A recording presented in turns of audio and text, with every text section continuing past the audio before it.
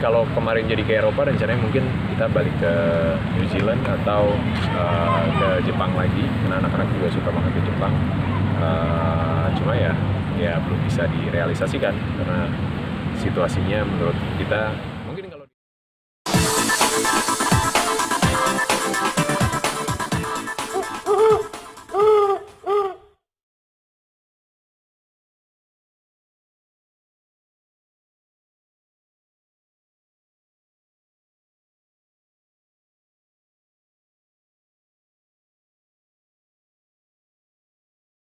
lagi nih akan merayakan Natal. Mungkin persiapannya seperti apa nih Bang Doris dan keluarga? Ya persiapannya kalau di rumah sama kayak tahun-tahun sebelumnya, awal bulan biasanya kita pasang pohon Natal, hias pohon Natal. Kebetulan tahun ini kita akhirnya beli pohon Natal baru karena 4 tahun terakhir kita pakai pohon Natal yang sama, dan kemarin pas awal Desember cek ternyata udah ada yang rusak-rusak, jadi anak-anak juga ayo dong Pak beli pohon Natal biar ganti suasana gitu kan. Jadi kita belanja dan ya cari tema yang baru lah biar lebih fresh lagi dan lebih semarak menyambut Natal. Tapi kan sudah bilang merayakan Natal di tengah pandemi sudah berbeda dari tahun sebelumnya. Mungkin Mas Daru seperti apa? Bedanya udah pasti mungkin biasanya kita tiap malam Natal kan ada misa Natal ya, datang ke gereja, walaupun mungkin kita setiap Natal tahun baru selalu liburan, jarang di rumah, tapi biasanya tetap kita sempetin untuk pas misa Natal kita misa.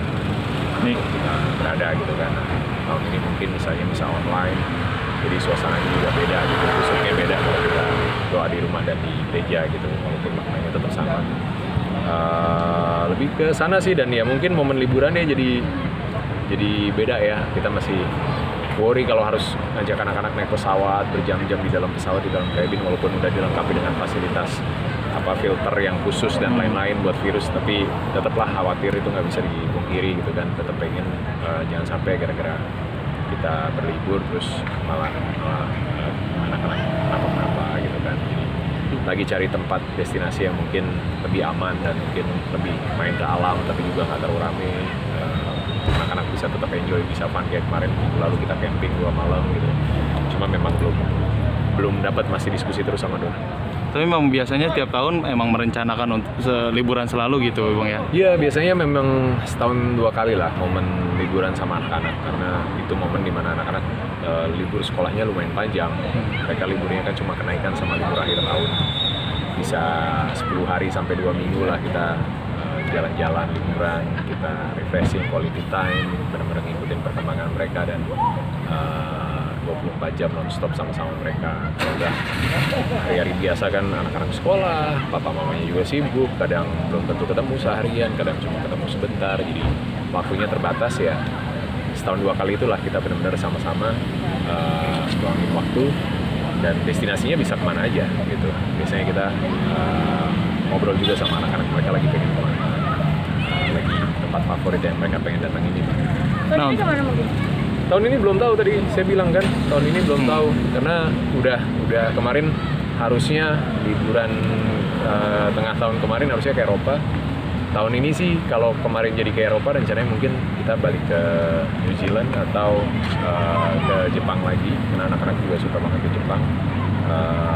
Cuma ya belum bisa direalisasikan karena situasinya menurut kita mungkin kalau di negara tujuannya kalau udah tergantung ya, tiap negara sekarang beda-beda kan. Ada yang masih harus karantina kalau datang dari luar, ada yang udah lebih bebas gitu ya. Mungkin kita ngerasa lebih secure, tapi di perjalanan sih ya kita masih takut di dalam pesawat, di dalam satu cabin kecil, walaupun ada sirkulasi udara segala macam, tapi kita nggak pernah tahu kan dengan jam penerbangan yang panjang apa yang bakal kita hadapin. Terus waktu kita nunggu di airport, ngambil barang segala macam dalam kondisi capek, biasanya konsentrasinya turun, nggak terlalu aware lagi sama apa yang harusnya kita hindari gitu kan.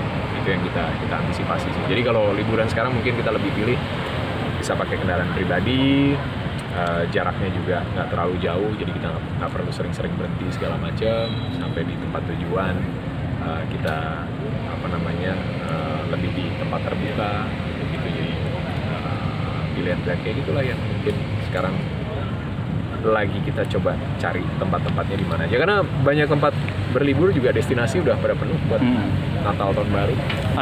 Tapi untuk kado Natal sendiri udah disiapkan untuk anak-anak Mas? Nah, kado Natal tahun ini kita bikin agak beda. Kita bikin games buat anak-anak. Baru tadi sebenarnya bikin games dan ada yang senang, ada yang kecewa. Cuma kayaknya rata sih tadi kalau dilihat secara apa ya, apa yang mereka dapat rata dan mudah-mudahan mereka happy lah sama apa yang mereka dapat. Ada request tersendiri nggak sih untuk tahun ini gitu dari Biasanya anak-anak? kita ngobrol sama mereka lagi pengen apa, terus kita lihat juga mereka butuhnya apa gitu yang paling mereka butuh. Karena kadang kalau namanya anak-anak kan namanya pengen, belum tentu mereka butuh kan, belum tentu mereka akan pakai untuk jangka waktu yang lama gitu. Jadi kita selalu kasih, walaupun itu sifatnya kado, surprise, tapi kita selalu kasih pengertian juga ke mereka bahwa apa yang kita kasih ya harus bisa dipakai buat mereka dalam keseharian dan dipakai dalam waktu yang lama, nggak cuma sebentar aja terus sudah mereka lupa gitu kan. Jadi kita bantu untuk pilih juga gitu, walaupun akhirnya kita nggak bilang kalau kita beliin apa, jadi nanti itu tetap jadi elemen surprise-nya lah buat mereka. Mas, seperti Judika kan dia setiap momen Natal selalu ada masakan spesial khusus di hari Natal. Kalau Mas Darius keluarga sendiri seperti nggak ada yang khusus ya, karena memang kita suka masak. Aku sama Dona suka masak dan biasanya ya masakannya diulang, di rolling gitu ya, menu-menunya gitu kan dalam waktu-waktu biasa gitu, dalam keseharian. Jadi waktu Natal kadang menunya muncul gitu. Cuma biasanya kalau momen sebenarnya musim hujan sih ya, Desember masuk musim hujan juga, jadi biasanya kita suka lebih sering untuk makan fondue, cheese fondue. Itu masakan tradisionalnya Swiss gitu. Biasanya kita nyetok beli agak banyak ketika kita liburan atau nitip sama saudara atau temen yang kesini. Cuma tahun ini karena terbatas yang dari Swiss nggak datang ke sini, kita juga nggak pergi ke sana, jadi belum ada stok di rumah. Jadi terakhir kemarin bulan Mei itu stok terakhir tuh, stok dari Natal tahun sebelumnya, Natal tahun baru kita buka di Mei, karena biasanya Juli itu kadaluarsa, jadi kita habisin di bulan Mei gitu. Itu yang mungkin hilang. Selebihnya sih karena kita lebih sering liburan ya, jadi momennya ya di perjalanan gitu. Kita makan makanan yang ada di destinasi liburan kita kan banyak tuh, biasanya ciri khas tiap daerah punya kan, tiap negara punya makanan khasnya, biasanya kita cobain gitu. Kalau di Eropa misalnya kayak bratwurst kayak gitu, terus ada sup juga yang dijual di Christmas market gitu kan. Itu biasanya selalu kita cari. Kemarin di Jepang juga kita ternyata ada Christmas market dan nuansanya Eropa juga, jadi wah ini lucu juga nih di Jepang tapi nuansanya Eropa gitu. Berarti Natal tahun ini fokus di rumah? Kayaknya kalaupun kita pengennya sih, kemarin diskusi sama Dona, kalaupun kita pergi malam Natalnya kita udah di rumah, karena pengennya bisa online, terus kita pengen masak, mungkin ngumpul juga sama keluarga dekat aja, dan Natalannya di rumah lah gitu. Ngasih pengertian ke anak-anak.